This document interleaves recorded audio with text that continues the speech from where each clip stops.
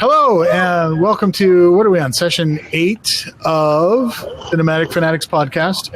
Eric is with us. He has apparently gotten good Wi-Fi signal. He said he wasn't sure he was going to be able to make it, and we are expecting the mobile hobos here in a little bit. That's Joe and Carrie. They are 24 years old and are currently static on a farm.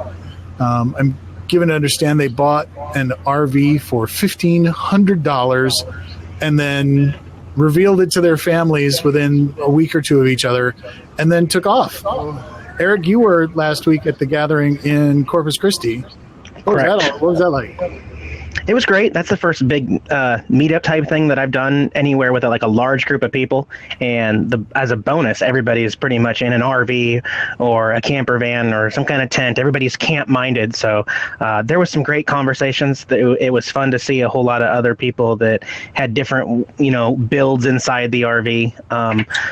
A lot of us were kind of YouTubers as well. So, we wanted to film, we wanted to showcase some stuff, but we also just wanted to have a good time too. So there's a lot of stuff that was just missed out of potential video because, to be honest, we're on the beach in the winter, and it was nice. It wasn't freezing cold like it was up north or raining or snowing. At worst it was 50 degrees and overcast and really foggy at times, but it was really manageable, and I had a lot of fun. I met a lot of great people. I met a lot of new friends as well. So it was a lot of fun, and I hope to do it again somewhere else. I'm kind of shocked. I have a question. Yes, ask away. AZ Wise Guy, Simple Man RV, who I subscribed to on Twitter earlier, and I think Facebook. I'm not Facebook. YouTube. John, what do you consider static other than never moving? Do you consider yourself static? Oh, good point. What is your definition? I don't know. I think that we focus an awful lot on definitions. There was a video sometime last year where Justin up in Vancouver called out Pippi and saying, oh, well, she's not a real RVer because she goes in one place and stays there for months and months and months. And, this was, a year ago when I was working my remote gig. And my initial reaction was, Justin, you're not a real RVer because you go to the same office every day. And so I think that when you start slicing and dicing and going into these sub-communities and saying, if you find yourself saying you're not a real X, you just need to stop, because you share more than the differences. I don't think that it's really fair to say you're not a nomad if you stop someplace and work a job for a half a year. There's a ton of entrepreneurs that I know that spend their time split between San Diego or Austin or Boulder and Bali, Indonesia. And it's because of visas and things like that. It's not like they can move every single day. And so I know that would be expensive to go back and forth between those two places. I think I go back to my original definition, is that when you start splitting up into these smaller and smaller things and you find yourself saying, well, you're not a real whatever, just stop. There's a lot of gray areas between the word static and nomadic, and I think that that's just important that everybody has their own definition. Along the same lines, I remember earlier on, my first year on YouTube, a lot of people would say, why do you even call yourself nomadic? You never move outside your 30-mile radius. And it's like, so when did you look up the word nomadic and decide that has a miles asterisk next to it? The definition of being nomadic is one who moves often or is a wanderer. And I figured that a lot of people that move every single 24 hours, even if they're not moving more than 5 miles, they're still clearly under the description of a nomad. But obviously we as a society can put our own spin on different kinds of definitions and have some crazy gray spots in that as well. So I think everybody's entitled to interpret those words a little differently. And like you said, it could change from year to year. You could be a totally different person and still be that same person, even though stuff has changed. Hey everybody, these guys are Joe and Carrie, the mobile hobos. Hey. If you're watching after the live show, we'll have a link to their YouTube channel and their website, which, by the way, you guys need to get on.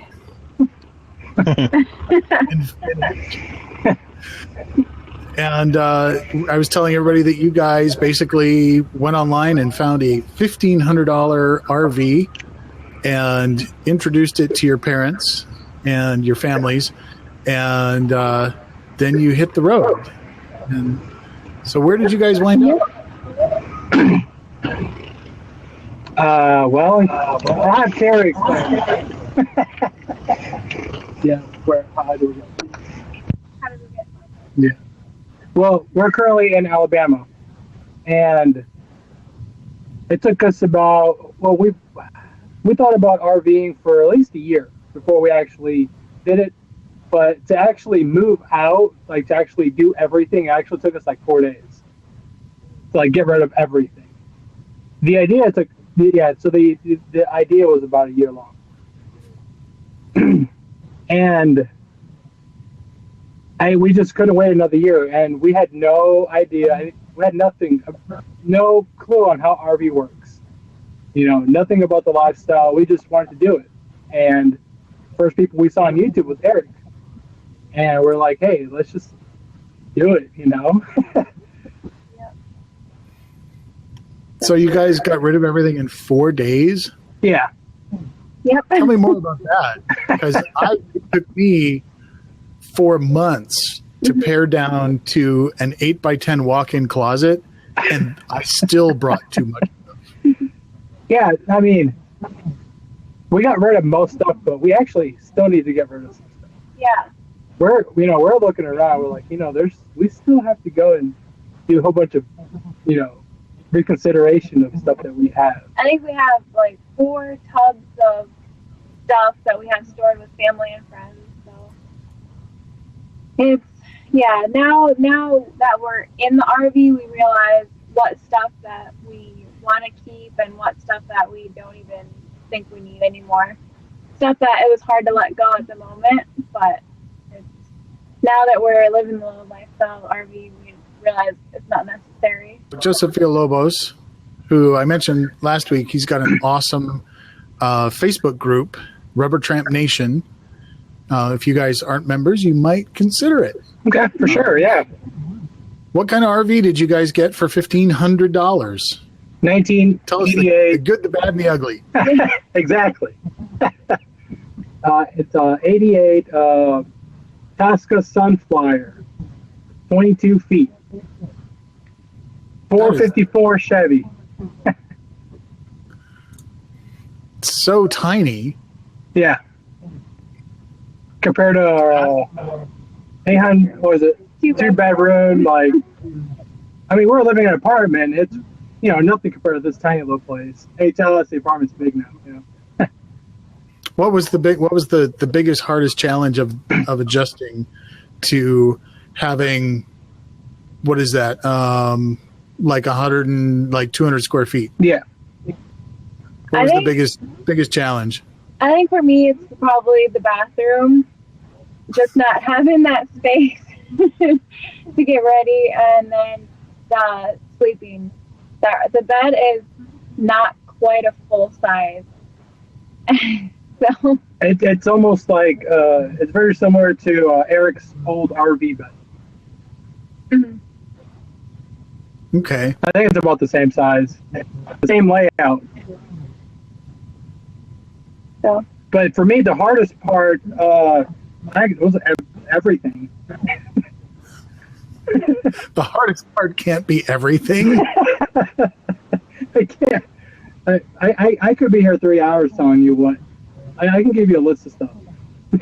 But I would have to say the bathroom and the kitchen, because I do most of the cooking, and I enjoy cooking, and this kitchen is, you've got to keep it clean, because it piles up. Oh, yeah. Yeah, and like the bed for me, I don't know if anybody else has this problem, but during the daytime, so much stuff gets transferred over to the bed for whatever reason. I'm clearing the counter space, I'm clearing the dinette space, the table space, but it just makes its way to part of the bed. And then what happens at night, it kind of scoots over towards the wall side. And then what happens, I've only got half a bed to sleep in. And by the time Jax gets up there, I've got to find somewhere else to sleep.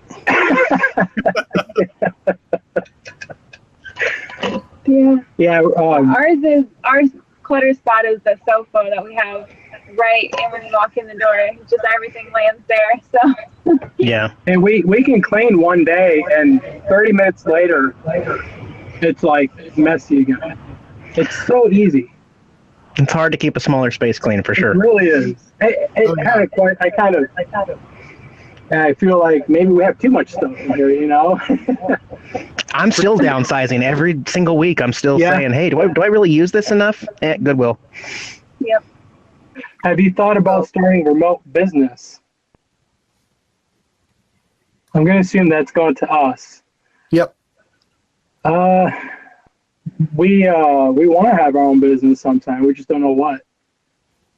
We want to, it seems like graphic web designing and all that is very popular for RVers, but I don't know if I want to be stuck behind a computer as a career.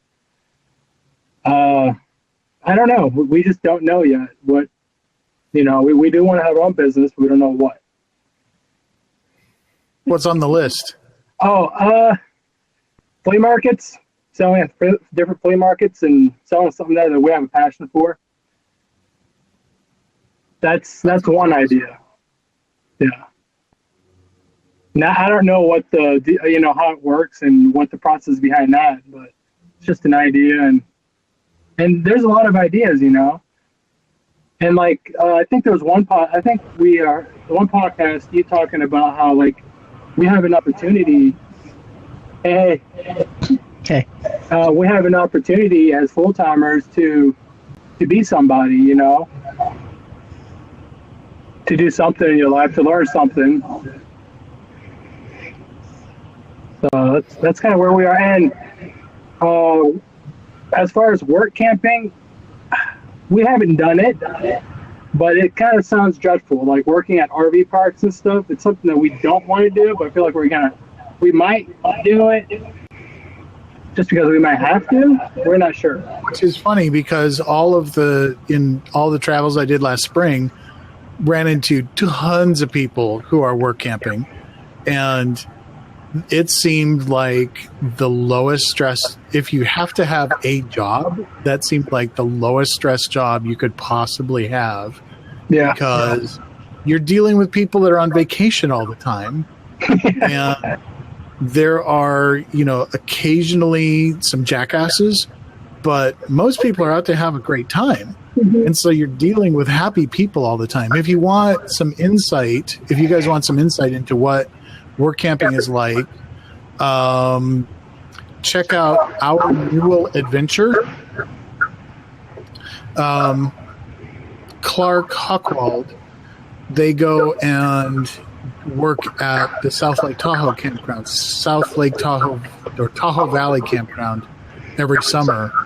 And he blogs basically every day. Sometimes I feel like we're better off just paying an RV spot somewhere. Like example, just somewhere, and then actually having an actual real job. That's kind of, defeats the purpose of like us being full time, but at the same time we're making money. We don't know. Yeah, that's a little bit how I'm feeling right now, because I went and after my first contract ended, I went and I spent 4 months, 3.5 months hanging out with my mom, which I hadn't been able to do in 25 years easily. And then I picked up a contract that required me to go into the office, and it's coming up on 6.5 months that I've been in one place. And for 4.5 of those months, I've had the worst case of itch. I come home, I want to hook up the Mini, I want to drive away. Toby, at the funeral host, asks a follow-on question. Have you considered work camps like at different theme parks for the summers? Yeah, we have. There's a lot of things we've considered, and there's a lot of things we can do as full-timers. It's kind of like countless. You just really gotta think outside the box and just do it. It's easier said than done, and that's kind of our problem right now.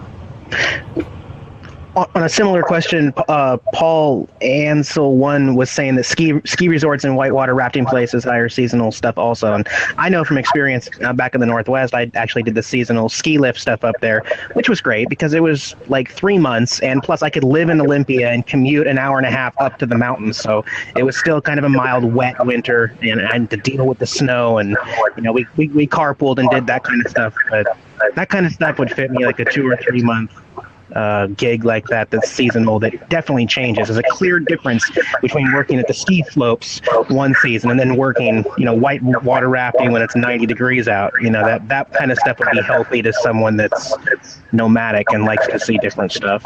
Yeah, that is true. Yeah. When I was living in Denver, I had a friend who he was semi-nomadic, I guess you could say. He worked whitewater rafting in Colorado during the summer months, and then he also jumped through, and I looked into this, it's an incredible number of hoops you have to jump through, but he had his fireworks certification. So he worked fireworks shows from southern Colorado all the way up into North Dakota. We kind of want to do kind of a variety of things just to just get the experience, say we did it. Yeah, try different stuff while you have a chance, right? Yeah. Joseph says, you two look like you'd be really right at home working the music festivals. That's a first. Yeah. Thoughts? There's so many different things out there, and I think we're both pretty open to trying different things, working different jobs. So I know now that he's been on a farm, you're really enthusiastic about working on a farm again. Yeah, I kind of want to continue my experiences in a farm, and that's where we're kind of leaning towards when we look out for jobs, is farms or organic local gardens or whatever there is. Mm-hmm. But yeah, there's so many different ways out there. We have a lot to experience yet. So. Yeah. Kelly Fisher, Old Fart New Start, who is going to be on the show next month. This month. Help me out here, Devin. It sounds like a February to May, John, but I could be wrong. She says, hi, kids. Do you save your YouTube February 19th. videos in the finished uploaded format, or do you save the projects from the editing software as well? We just shoot video. Upload it, edit it through YouTube editor, and that's it. And then do you delete it? We don't. We keep our videos. Okay. Yeah. And then I try really, really hard to keep all of my raw footage. Eventually, and I'm not 100% sure why. I know that I want to go back. I'm in the process of editing my 1 year on the road video. And I'm really glad that I've got all of my footage from the past year. But at the same time, that is so many hours of stuff to go through, to go find, little snippets that embody a moment. But I have it all because external storage is, I got a 4 terabyte external drive that's not even an eighth full at this point for less than $100. And so, I've got a year's worth of video stored for $25. Yeah. That's awesome. Yeah, that's pretty awesome. What video? Do you guys mind sharing what video editor you guys use? I think we both pony up for the Adobe Creative Cloud suite. Okay. Yeah, we're just doing that YouTube stuff. It gets old after a while. We're trying to figure out what we should do next.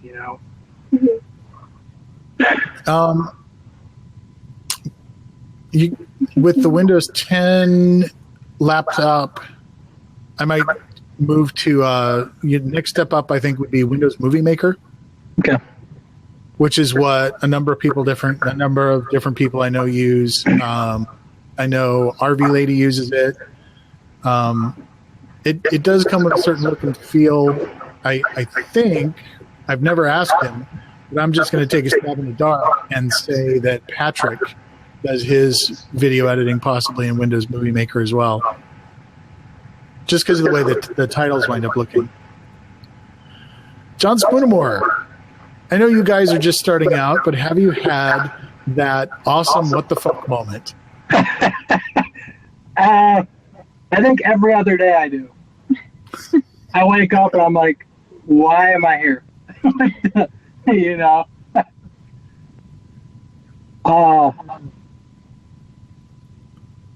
Yeah, I think it's just part of the lifestyle.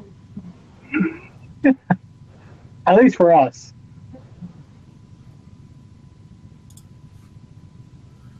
And John Spoonamore asks again, did the RV lifestyle call you first, or was it the tiny home off-grid? Tiny home. I think it was more of the tiny home off-grid kind of deal there, yeah. I think we still have that desire in the back of our heads, too. That's still, we haven't completely thrown that out the window with the tiny house, but we're loving our RV right now. What were your tiny house plans? I don't know. Whatever it took to go off grid, pretty much. I think if we did, we'd definitely look for recycle, like those like old barnwood and different material, and just try to build it through used stuff. So, but that'd definitely be down the line quite a ways. Life in Serenity says, in such a small space, how do you find your alone time? Lisa says, I will need my alone time. But we have the great outdoors. I just throw them out if I need my personal space. Yeah, that's one of the first, like, when we even lived in it, we're like, how do we, like, find our alone time? But it isn't as hard as we thought it was going to be, at least for us. And, everyone's different. But we have a lot of curtains in this little RV. We have a big curtain up in the front, and then we have a little curtain back here. So if he's in the bed, I can be in the front. We can be doing totally two different, complete things and not bother each other either. Yeah. So we're kind of living like we were in an apartment, it's just a lot smaller. Just a lot smaller. I guess it wasn't as big of a change as I thought it was going to be. I thought, it was going to be more of a shock, but that didn't really happen for me. I think it was pretty smooth adjustment for some reason. So. Jeff, Nomad, who is also new to the road. Hello, Hobos. I hope you're doing well. What are your travel plans for 2016? Are there any bucket list items you'd like to knock off this year? I think that we're pretty close to Florida, so our next step here is to go to Florida. I've never been to Florida. I've actually never been anywhere. Where'd you guys start out? Iowa. Yep. Okay. Yeah. And then from there we went down to Tennessee, and then from there straight over here to Alabama. You guys have an oh shit fund set up, and if so, about how much would that be? How much I want it to be? Maybe like around $20,000, $30,000. How much it really is? $20 or $30. Yeah, $20 or $30. I'm trying to stay a month ahead. That's my goal. I don't know how long that's going to last until the next big, thing happens, but it would be nice to stay a month ahead for me at least. Yeah, that's actually a really, really good mindset to have right there. Steve Mull asks, do your cats go outside or do you keep them indoors? Which is a funny One of them does. One of them does. One of them goes outside so fast it'll make your head spin. And then he decided he really didn't like it outside.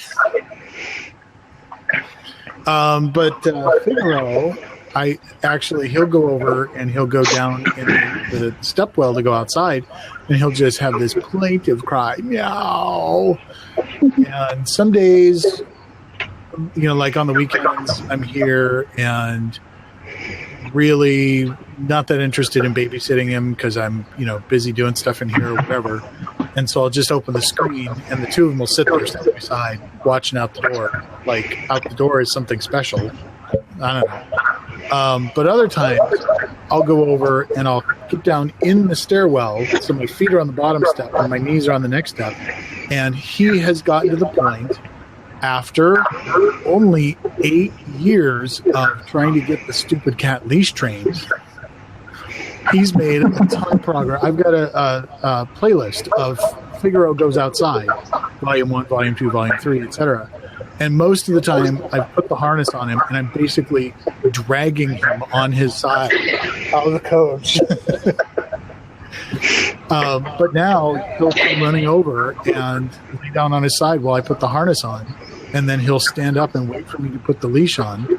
And then he wants to go. He's like, That's cool. Ready to go. And it's really terrible because he's also afraid of outside because it doesn't have a roof, kind of like me. No, not that I don't have a roof. I don't like outside because there's no roof outside. But he hops down on the electric step, turns sideways so he covers the whole thing, and then just sits there and looks at me. So I can't get out. John Spoonamore. I now know that bathroom is an important upgrade. You have others you guys have learned so far. Let's see here. We've learned to kind of be patient with each other in this tight space. When we first started living in this, it's like it was a kind of, for me, it was like, I kind of felt it more. It was like, can you stop bumping into me so much, trying to get around.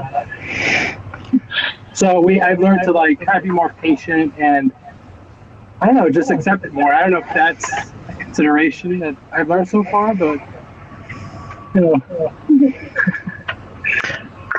I can add one to it over the last couple of years because I've been in a couple different RVs, and that's just kind of like the being comfy where you're sitting or laying and I mean, it goes throughout the entire RV, not just the toilet, but I mean, the actual seat up front, putting a pad up there to help the drive and my back.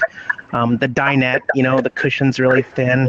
Obviously, I've tried the memory foam mattress topper that goes on top of the mattress. So any of those areas where gravity affects my activities in the RV is always something that needs to be upgraded for me on the road. Yeah. Yeah, and for me, it's all about floor plan. I mean, the price was really right on this coach, but if I had thought it through further, I probably would have delayed and saved up some more down payment and gotten into something that was somewhat more expensive with a different floor plan, because I've got all of this space out front. I've got this 12-foot slide, and I barely use half the coach. Like, if you just, cut straight across at my arm at the kitchen, I barely use any of that stuff up there. But the cats need that space.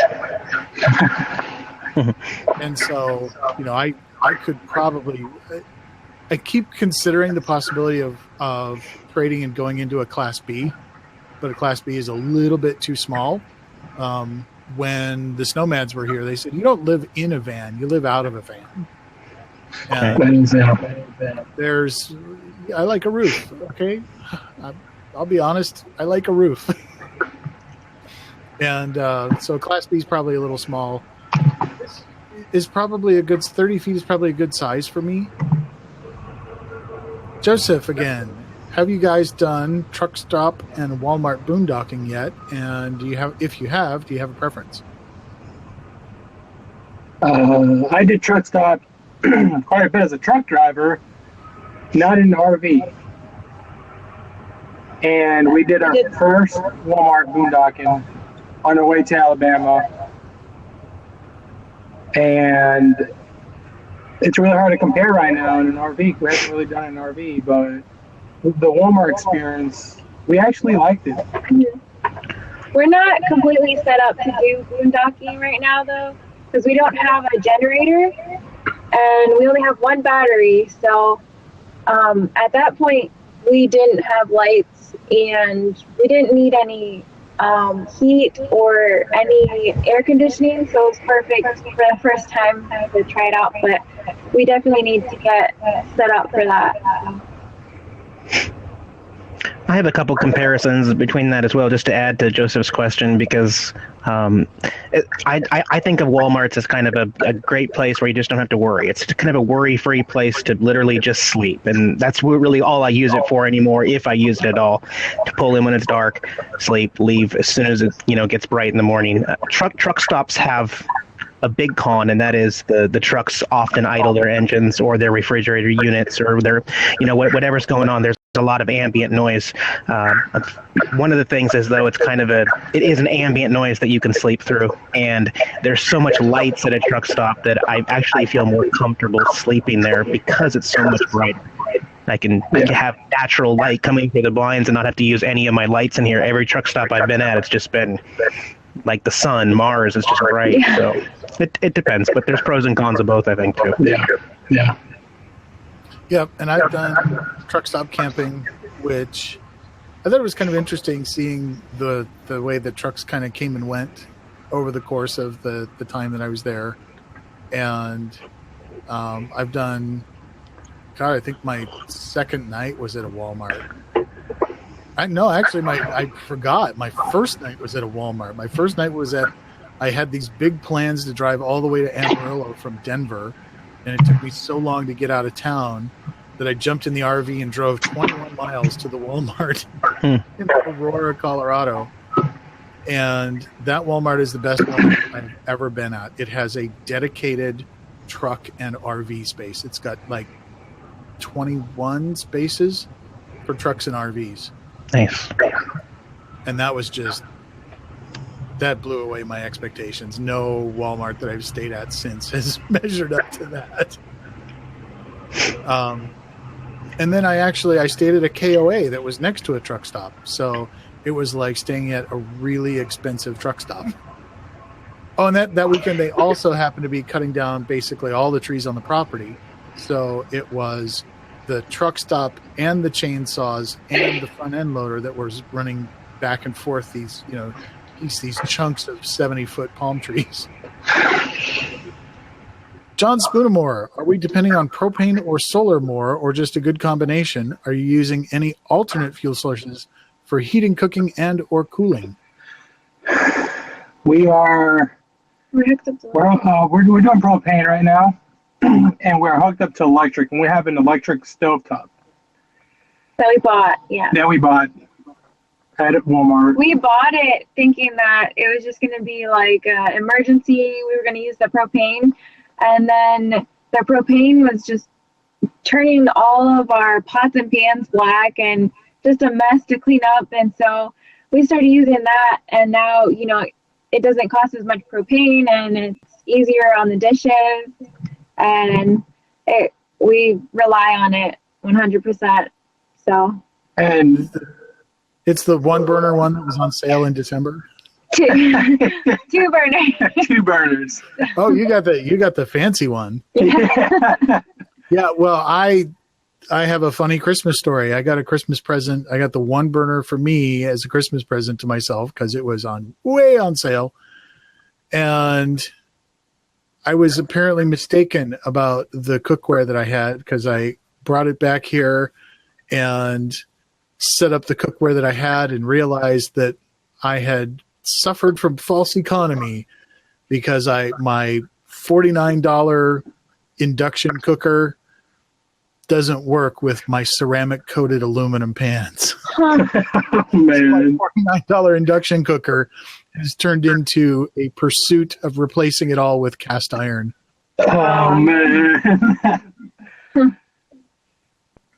Yeah, but, we for sure, we want to have solar panels and all that stuff. Oh, yeah. Yep. So, I bet this is a question you guys were not expecting tonight at all.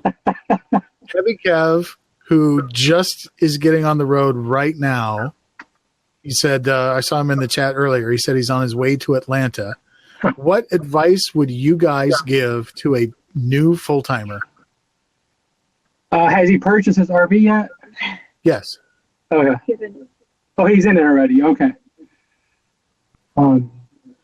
Just go for it. Just wherever your heart leads you to go, just drive and just do it. Make sure your windshield wipers are working. Yeah. Oh, best advice ever. Yeah. And it'd be nice to have cruise control. If you can get that fixed, go ahead and get that fixed too. Renegade Gamer 78. I'm looking to buy a motorhome. Any advice? If you don't know anything about motorhomes, I recommend bring somebody with you that knows about it, so they can inspect it. And that's the mistake that we did. I guess it's not a mistake. We got lucky, I think. So far. But if we would have known more about motorhomes, or I think we would have brought somebody with us that's more experienced. Depending where you are, I think that going to a lot of RV dealerships that have large used inventories and just looking. Also, there's a website out there called Changing Gears, and Changing Gears has got a fantastic, amazing, multi-page RV inspection checklist that, if you see something you even kind of like, spend some time just looking and bring along a copy of the checklist and go down through the checklist on an RV that you're not going to buy. And as you do that, you will become more familiar with, what certain, like I've got another series of impromptu RV reviews, and I've looked at so many RVs. I've gotten to the point that I can walk inside one and go, this was made sometime between 2003 and 2005. Yeah. And the decor changes, the colors change, the styles change. Yeah. And I don't know if you agree with me, but I think leaning towards private sellers and Craigslist and stuff is, I think, the best way to get your money's worth. It depends. I think it depends on your price point, and it depends on your financial situation. If you can walk in with a stack of $100 bills that is at least 80% of the asking price, then go in and try and lowball them for 80%. And if money was no object for you guys, what would you buy? I don't know. I mean, part of me, I have considered doing like a camper truck, pickup truck combination. And just for like the mobility of it, and like how it's, you can get anywhere, and, that idea of like, I don't know, we thought about doing that. I mean, if money wasn't an object, I guess we would kind of lean towards that. I think if money was like no object, like nothing for gas, nothing for where you're going to park it, then I would go with one of those big giant ones with the slides and have my space, get a couple of cats. And So the complete opposite of me. Yeah. if money was no object anywhere across the board. But otherwise getting smaller is better for if you want to travel anywhere. And yep. Okay, well, we have actually run out of questions. Why don't you guys tell us how people can get in touch with you? Yeah, Mobile Hobos on YouTube and Facebook, and that's all we have. Just look us up, and we we're still Twitter. we have Twitter. I haven't really done much about to Twitter. I'm on it's all new to me. And then the web page you create. And the web website, not much going on there, but you can check it out. Once we get all the videos transferred to our new laptop, we'll start posting all that. And there's a lot to watch and a lot of laughs. Awesome. This has been session 8 of the Nomadic Fanatics podcast. This has been Joe and Carrie, the Mobile Hobos. We talked about how you can get in touch with them. You can get in touch with us at thenomadicfanatics.com. We are at Nomadic Fanatics on Twitter. We are the Nomadic Fanatics podcast on Facebook, and we'll have some links down in the description. Our awesome, amazing co-hosts. I am Yarvi, and I'm Yarvi everywhere. I'm Yarvi on Facebook and Twitter and out on the web and on YouTube. And Eric is the original Nomadic Fanatic, and he's at Nomadic Fanatic on YouTube and also on Facebook. And our wonderful off-air co-hosts are Devin, Eccentric Nomad, and I'm not even going to attempt to spell that. She's got a blog out there at eccentricnomad.com. And the fourth member of the Nomadic Fanatics podcast crew is Patrick, the Paddy Wagon, who is wrapping up his final mechanical checks, getting his brakes done, et cetera, and then he also is getting out on the road probably next week, I think, if what I heard from him is correct. And so that's who we are. That's what we do. These are the Mobile Hobos, and we will see you guys next week with Sarah, no matter whatever. Talk to you guys later. Hey, thanks so much. Thanks, guys. Bye. You guys were great. Bye. Bye.